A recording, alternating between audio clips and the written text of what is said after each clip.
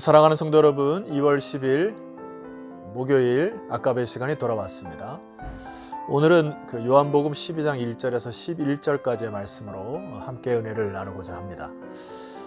자, 우리가 어떤 말을 하고 또 행동을 할 때 그 안에 숨은 동기가 참 중요하죠. 어떤 사람의 말을 들으면은 굉장히 선한 일인 것 같은데, 그런데 숨은 동기가 그렇지 않은 경우가 너무나 많습니다.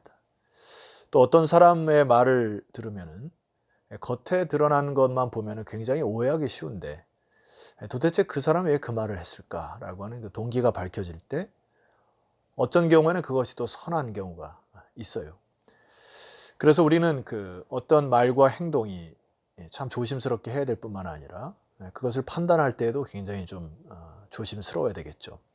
오늘 본문의 사건을 보면은 그런 정황을 가지고 있습니다. 자, 1절 말씀 보면은 6월절 엿새 전에, 자, 이 부분은 예수님이 이제 마지막 십자가를 지기에 이제 6일 남은 그 상황 속에서 예수님의 행적을 소개하는 것이 이제 요한복음 12장의 내용인데요. 예수께서 베단에 이르시니 이곳은 예수께서 죽은 자 가운데서 살리신 나사로가 있는 곳이니라. 2절, 거기서 예수를 위하여 잔치할세 마르다는 일을 하고 나사로는 예수와 함께 앉은 자 중에 있더라. 자, 베다니에 사는 나사로의 집을 주님께서 방문하셨고요. 여기에는 이제 3절에 보면 마리아의 그 행동이 주목이 됩니다. 마리아는 지극히 비싼 향유, 곧 순전한 나드 한 근을 가져다가 예수의 발에 붓고 자기 머리털로 그의 발을 닦으니 향유 냄새가 집에 가득하더라. 마리아의 갑작스러운 행동으로 인하여서 큰 이슈가 이제 일어나게 된 것이죠. 자, 이 상황에서 사도 요한이 가룟 유다의 말과 그의 숨은 동기를 다 이야기합니다. 자, 4절 말씀 보세요. 제자 중 하나로서 예수를 잡아줄 가룟 유다가 말하되, 5절, 이 향유를 어찌하여 300데나리온에 팔아 가난한 자들에게 주지 아니하였느냐 하니, 자, 이 가룟 유다는 수에 아주 능한 자였죠. 그래서 그 순전한 나드 한 근을 300데나리온의 값어치가 있다고 말을 합니다. 이때 당시에 한 데나리온은 노동자의 하루 품삯이었으므로 거의 1년치 봉급 정도 되는 값어치가 되겠죠. 그러니까 이제 가룟 유다가 액면 그대로 바라본 거죠. 야, 너 도대체 그것이 얼마짜리인데 그렇게 낭비하느냐, 이렇게 얘기한 것이죠. 겉으로 보게 되면은 이 가룟 유다의 말이 굉장히 이치 있게 들리고 또 명분과 실리를 다 따지는 것처럼 보이게 됩니다.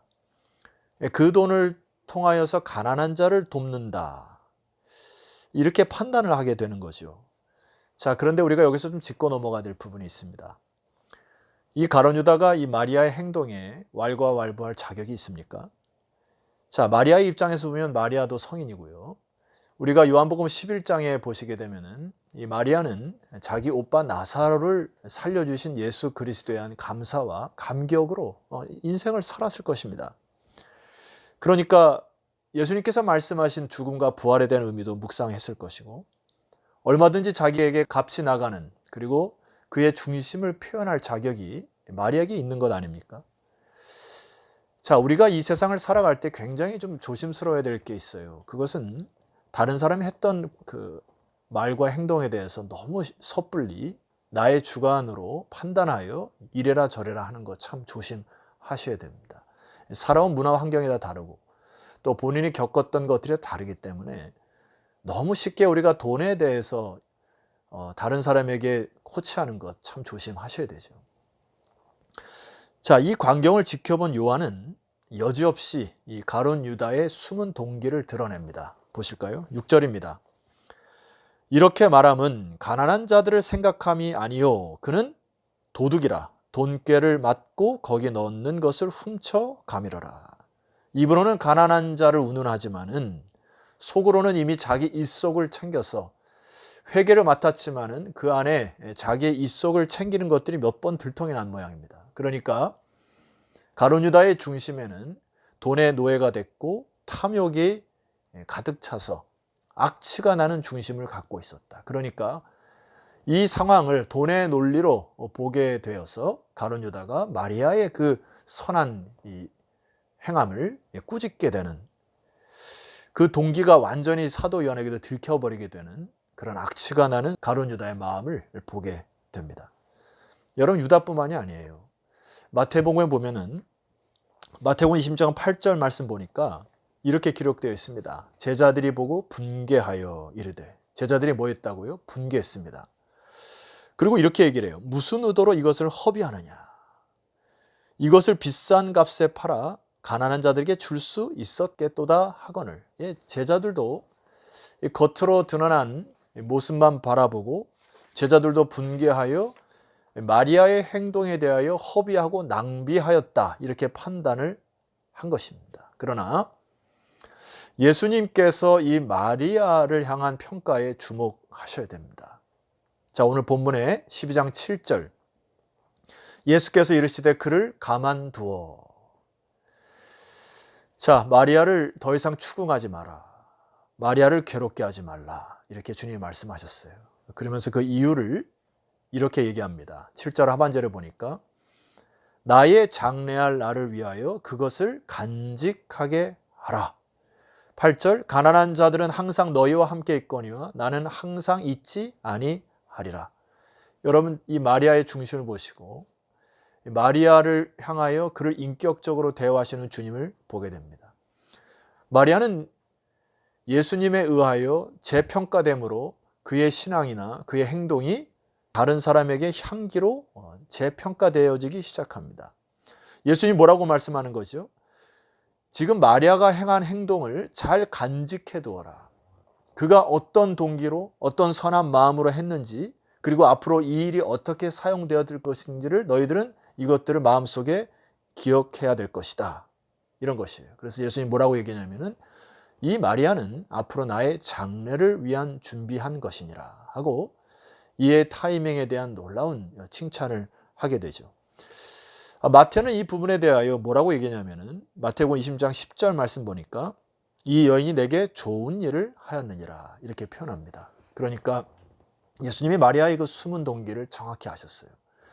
헬라어의 그 좋다라고 하는 단어는 두 가지로 쓰이는데, 첫 번째, 이 좋은 일, 착한 일은 아가도스라는 단어를 씁니다. 그런데 마리아는 여기서 이 아가도스, 도덕적으로 좋다는 의미가 아니고요, 칼로스라고 하는 단어를 쓰셨습니다. 칼로스는 윤리적으로 좋다는 개념이 아니고 마음 깊은 중심에서 우러나오는 사랑, 그의 아름다운 선함의 아름다움을 보고 주님은 칼로스라고 말씀을 하신 것입니다.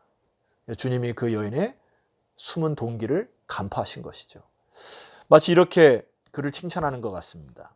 얘들아, 하나님의 나라는 말이야, 너희들의 착함, 윤리적인 선함으로 이 아가도스로 할 수 없단다. 바로 이 여인과 같이 속에서 우러나오는 사랑, 그 아름다움으로 하는 것이란다. 그녀의 사랑이 죽음을 앞둔, 십자가의 형벌을 앞둔 나를 위로하고 결과적으로는 하나님의 나라에 쓰임받는 그런 결과가 될 것이다. 여러분, 우리가 여기서 좀 한 가지 깊이 생각해야 될 단어가 이 낭비라고 하는 단어인데, 제가 작년에 읽었던 그 김영석 교수의 책 중에 그분이 쓰었던 이야기 중에 한 가지는 인간의 역사를 낭비의 역사라, 이렇게 얘기합니다.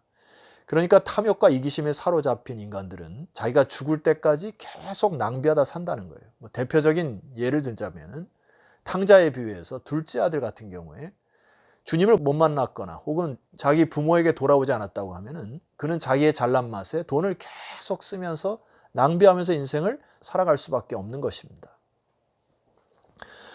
더 열심히 살고 목표 지향적으로 살아도 그것은 자기의 이기적인 발로에서 나온 것이므로 결과적으로 타락하고 낭비한 인생으로 인생이 끝난다, 이야기일 것이죠.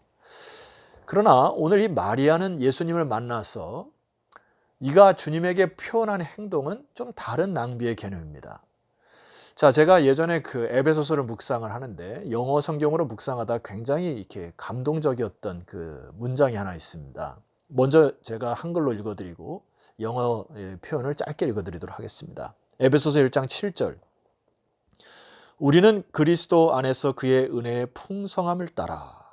자, 기억하셔야 할 단어가 은혜의 풍성함이라는 단어인데요. 그의 피로 말미암아 속량 곧 죄사함을 받았느니라.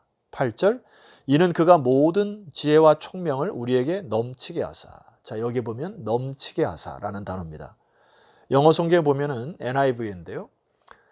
처음만 말씀드리겠습니다. That he lavished on us with wisdom and understanding 이렇게 되어 있는데 여러분 주목해야 할 단어가 첫 번째 that he lavished on us라고 하는 단어.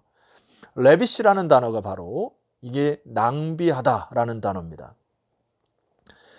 우리 신앙적인 용어로 해석하면은 거저 주시는, 완전히 다 내어주시는 이런 뜻입니다. 그러니까 십자가에서 우리 그리스도께서는 우리를 위하여 낭비하신 거예요. 완전히 다 내어주신 것입니다. 그러니까 그 은혜의 풍성함을 따라 주님의 사랑을 경험한 자들은 이제 그의 인생이 어떻게 된다고요? 이제 내가 갖고 있는 재능이나 물질을 다른 사람 위해서 쓸 수밖에 없는 상태가 된다는 겁니다. 예, 여러분 여기 마리아는 아직까지 예수님이 부활의 목격자가 되지는 않은 상황입니다. 그러나 나사로를 살리시고 나사로에 대한 사랑과 긍휼, 그분의 중심, 그분의 향기를 경험한 이 조금 경험한 마리아는 자기 인생에 있어서 가장 값진 순전한 나드 한 근의 향유를 주님께 바치는 그렇게 사랑의 섬김과 희생의 사람으로 변화되고 있던 것입니다. 사랑하는 우리 모든 성도 여러분, 우리가 이 바이러스 시대에 우리 주님의 깊은 사랑에 푹 빠지시는 여러분 되었으면 좋겠습니다. 지난 주일날 제가 여러분에게 말씀드렸듯이 우리 하나님은 여러분이 이 바이러스 시대에 많은 개인적인 시간이 있을 때 하나님과의 깊은 신혼적 사랑을 회복하기를 원하십니다. 결과적으로 하나님의 은혜와 풍성함이 내 안에 잠겨야 다른 사람을 쉽게 판단하고 정죄하고 이래라 저래라 코치하는 게 아니라 여러분의 재능과 시간과 또 물질을 하나님의 영광과 사랑의 섬김을 통하여 아름다운 주의 향기를 흘려보내는 그런 사랑의 통로가 되시기를 주의 이름으로 축원합니다. 기도 드리시겠습니다.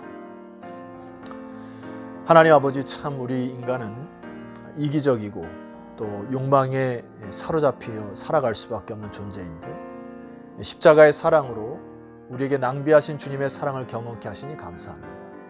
오늘 마리아와 같이 우리에게 있는 가장 값진 것들을 주께 드림으로 하나님 나라에 기억되고 또 주님께 칭찬 듣는 좋은 일을 감당하는 믿음의 백성들 다 되게 하옵소서. 예수 그리스도 이름으로 기도드렸사옵나이다. 아멘. 자, 성도 여러분 수고하셨고요. 내일 아침도 요한복음 12장 이후의 말씀으로 여러분 찾아뵙도록 하겠습니다. 내일 뵙겠습니다.